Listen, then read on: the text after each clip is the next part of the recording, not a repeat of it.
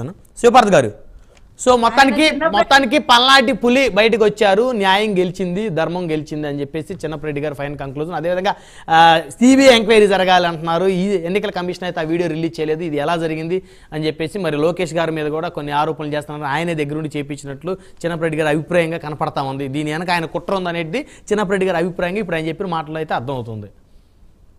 ఎవరి కుట్రలు ఉన్నా వాళ్ళు అడిగినట్టు ఎంక్వైరీకి అందరూ సిద్ధంగానే ఉన్నారు. ఎంక్వైరీలు చేయించుకోమనండి, పోయేదే ఉంది, నిజాలు బయటకు వచ్చాయి కదా, ఇప్పుడే వచ్చాయి, ఇంక తర్వాత అయినా అవే వస్తాయి, ఇప్పుడు కొత్తగా మార్చేది ఏమి ఉండదు, ఆల్రెడీ వచ్చిన నిజాలే మళ్ళీ వస్తాయి. ఇప్పుడు ఎంక్వైరీలకు ఎవరు దడిలో పడట్లేదు కదా, ఎంక్వైరీలు పెట్టుకోండి, ఎన్ని కావాలంటే అన్ని.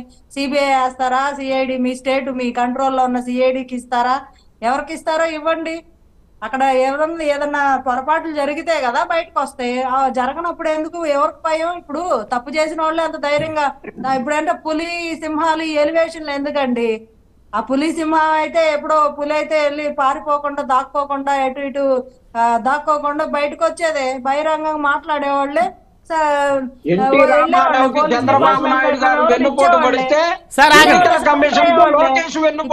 చిన్నపరెడ్డి గారు ఆగండి సార్, ఆగండి, మీ సమయం అయిపోయింది.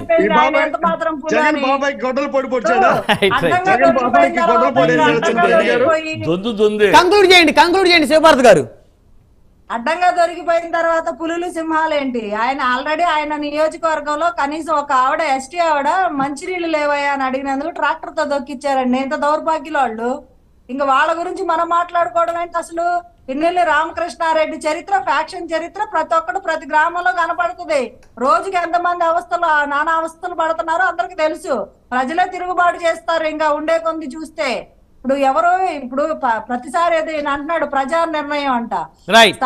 ఎన్నికల్లో ఆయన చేసిన అరాచకం ప్రజల నిర్ణయాలు ఆడున్నాయి అక్కడ, పిన్నెల్లి వర్గం నిర్ణయాలు ఉన్నాయి అక్కడ, ఇంకెవరు నిర్ణయాలు లేవు. అధికారం మీ గుప్పెట్లో ఉంది కాబట్టి అప్పుడు సద్దుమణిగి సైలెంట్ గా ఉన్నారు. శివపార్త్ గారు సమయం లేదు, కిరణ్ గారు కంక్లూజన్ ఇవ్వండి. కిరణ్ గారు మీ దగ్గరికి వస్తారు. కిరణ్ గారు, బ్రహ్మనాయుడు గారు, వీళ్ళ ఎలివేషన్ చూస్తే పులివెందుల పులి, పల్నాడు పులి, వీళ్ళేంటో వాళ్ళ నాయకుల్ని వాళ్ళే క్రూరమైన జంతువులతో పోల్చుకుంటున్నారు. ఇది నిజంగా వీళ్ళకి ఎప్పుడు అర్థమవుతుందో తెలియట్లేదండి. అంటే ఆ క్రూర జంతువులతో పోల్చుకుని వాళ్ళు కూడా క్రూరమైన మనుషులు అనుకుంటున్నారా, లేకపోతే వాళ్ళు ఒక సామాన్య మనుషులో కూడా తెలియట్లేదు. అదేంటి సార్ అసలు జంతువులతో పోల్చుకోవడం ఏంటి? అది పోని క్రూరమైన జంతువులతో వాళ్ళు ఆ ఎలివేషన్ తగ్గించి జంతువులతో పోల్చుకోకుండా ఉన్న ఫ్యాక్ట్స్ మాట్లాడుకుని జరిగిన సంఘటన మీద సిబిఐ ఎంక్వైరీ కాదు, ఏ ఎంక్వైరీ వేసుకోండి. ఫస్ట్ సిబిఐ ఎంక్వైరీ చేసే ముందు కిరణ్ గారి దగ్గర టెక్నికల్ ఇష్యూ వచ్చింది. చిట్టిబాబు గారు, లేదు సిబిఐ ఎంక్వైరీ చేసే ముందు దాని ముందు కూడా కొన్ని సిబిఐ ఎంక్వైరీలు వేయాల్సిన అంశాలు చాలా ఉన్నాయండి. వివేకర్ మర్డర్ కేసు కానివ్వండి,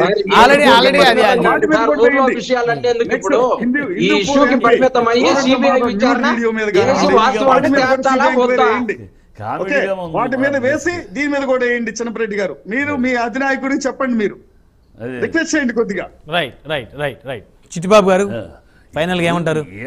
ఇప్పుడు ఒక విషయం ఇప్పుడు మీరు ఒక అనలిస్ట్గా మాట్లాడుతున్నారు. మీరు తెలుగుదేశానికి సంబంధించిన వ్యక్తి కాదు, వైసీపీకి సంబంధించిన వ్యక్తి కాదు.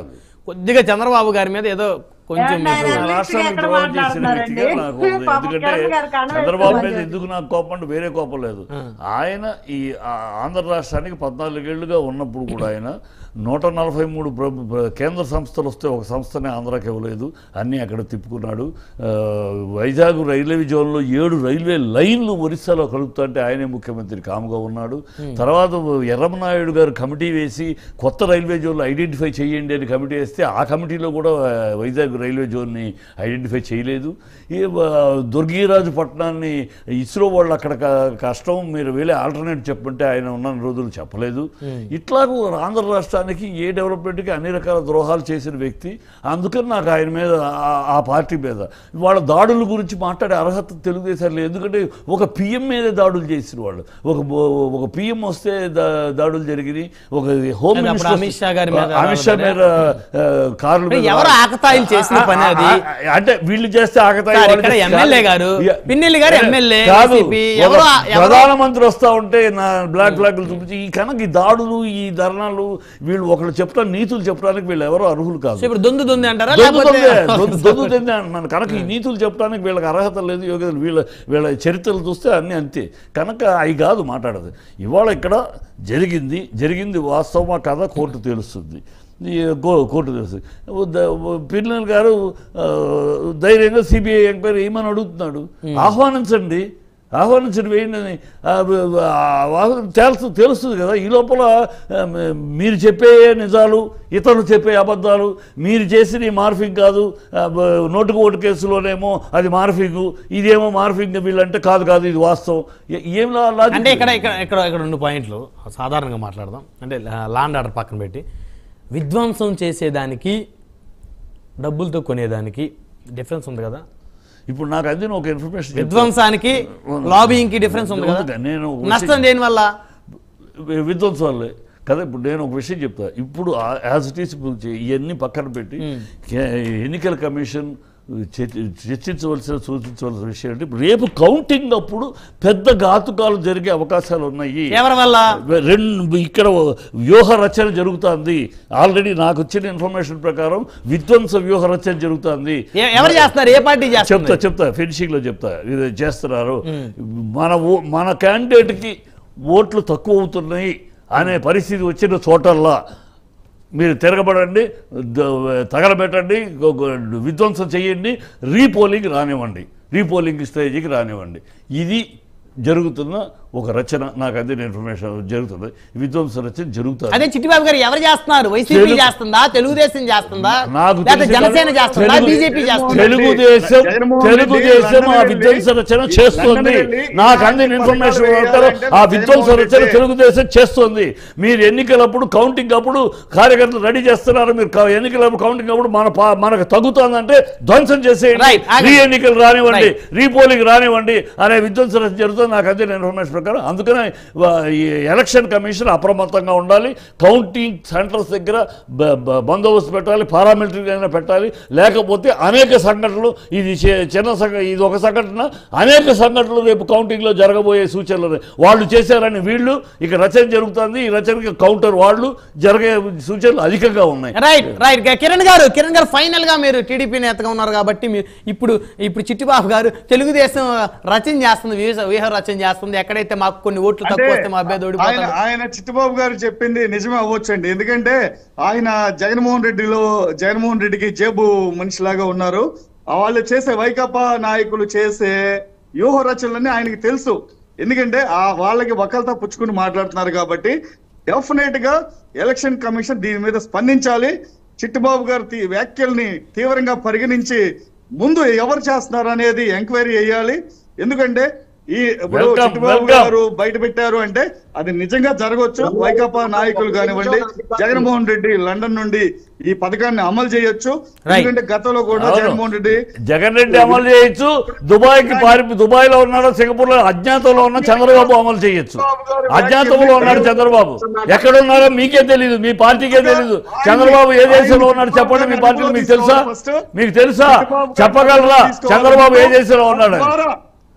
ఈ వ్యూహ రచనలు ఆయనకి ఎలా తెలిసాయనేది ఎంక్వైరీ కమిషన్ వేయాలి. రేపొద్దున రాష్ట్రాన్ని లా అండ్ ఆర్డర్ నుండి కాపాడాలి అంటే డెఫినెట్ గా దీనికి తీవ్రంగా తీసుకోవాల్సింది ఎలక్షన్ కమిషన్. అసలు మీరు ఒక్క మాట చెప్పండి కిరణ్ గారు, చంద్రబాబు ఏ దేశంలో ఉన్నాడు దాని ఒక్కసారి సమాధానం చెప్పండి. మీ పరిస్థితి ప్రజలకు అర్థమైపోతుంది. అది అందరికీ తెలిసిందే.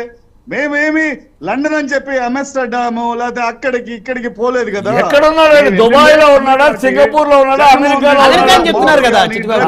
ఆధారాలు లేవు. అమెరికాలో ఉన్నట్టు ఆధారాలు లేవు.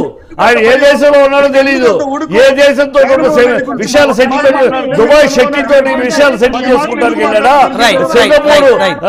సింగపూర్ మినిస్టర్ జైల్లో ఉన్నాడు. ఎందుకండి మీకు ఉలికెందుకు? ఎందుకు ఉలుకు కాదు, ఇక్కడ ఉలుకు కాదు. ఆయన సింగపూర్ ఒక తనతో అగ్రిమెంట్ చేసుకున్నారు సింగపూర్ సిటీ అని. అతను గవర్నమెంట్ కాదు, అతను అరెస్ట్ చేసి జైల్లో పెట్టారు అక్కడ సింగపూర్ లో. ఈయన బినామీ సింగపూర్ లో, అలాగే దుబాయ్ శెట్టి ఈయన బినామీ. ఇవన్నీ సెటిల్ చేసుకుంటానికి వెళ్ళాడు ఆయన. ఎందుకు ఒకరు తప్పించుకుంటున్నారు? ఆయన చంద్రబాబు యొక్క చరిత్ర బయట పెడితే వకాల్తా ఏంటండి? ఆయనకి ఎలా పనిచేయాలి? చంద్రబాబు యొక్క వకాల్తా పుచ్చుకుంటూ కాదు, చంద్రబాబు చరిత్ర మీరు చెప్పండి.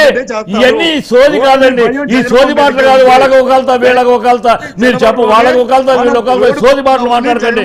మీరు చెప్పండి చంద్రబాబు ఏ దేశంలో ఉన్నాడు, ఈ దేశంలో ఉన్నాడని చెప్పండి. చిట్టిబాబు గారు అది ముఖ్యం కాదు, అదే ఇంపార్టెంట్ కాదు. ఆయన ఎక్కడ ఉన్నారు అనేది కౌంటింగ్ వస్తారు. ఆయన జగన్మోహన్ రెడ్డి గారు వస్తారు, చంద్రబాబు గారు వస్తారు కౌంటింగ్ టైం కి.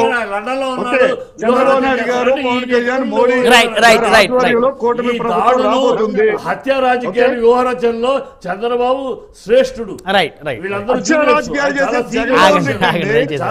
రాజశేఖర రెడ్డి సీఎం అయిన తర్వాత మొట్టమొదటిగా పట్టాల రవి గారిని హత్య చేసింది ఎవరు? పట్టాల రవి గారిని చంపడానికి ముందు 150 మంది తెలుగుదేశం పార్టీ నాయకుల్ని కార్యకర్తలు చంపింది ఎవరు? అవి మీ కళ్ళ కనిపించట్లేదు. వంగవీటి రంగాన్ని చంపింది ఎవరు? చెప్పండి. వంగవీటి రంగానికి వ్యూహరచన ఎవరు?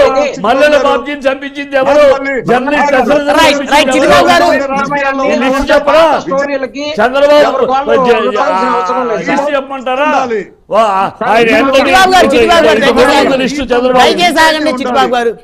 కిరణ్ గారు మీరు ఇచ్చే సందేశం ఆదర్శంగా ఉండాలి. మీరు ఒక అవినీతి పరుడికి ఆ విధమైన వ్యాఖ్యలు వద్దు.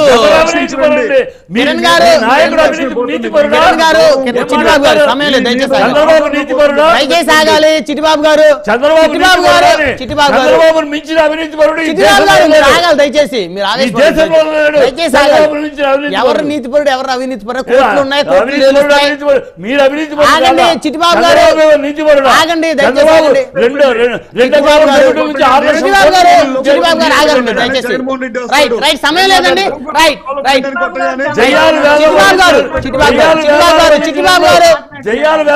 ఆగాలి మీరు దయచేసి. ధన్యవాదాలని చర్చలో పాల్గొన్నందుకు చిట్టిబాబు గారు, రాజకీయ విశ్లేషకులు కిరణ్ కల్పాల్ గారు, తెలుగుదేశం పార్టీ నాయకులు చిన్నపరెడ్డి గారు, AP net cap director Sivaparth గారు, జనసేన పార్టీ రాష్ట్ర అధికార ప్రతినిధి, అందరికీ పేరు పేరున ధన్యవాదాలు. మరి ఇది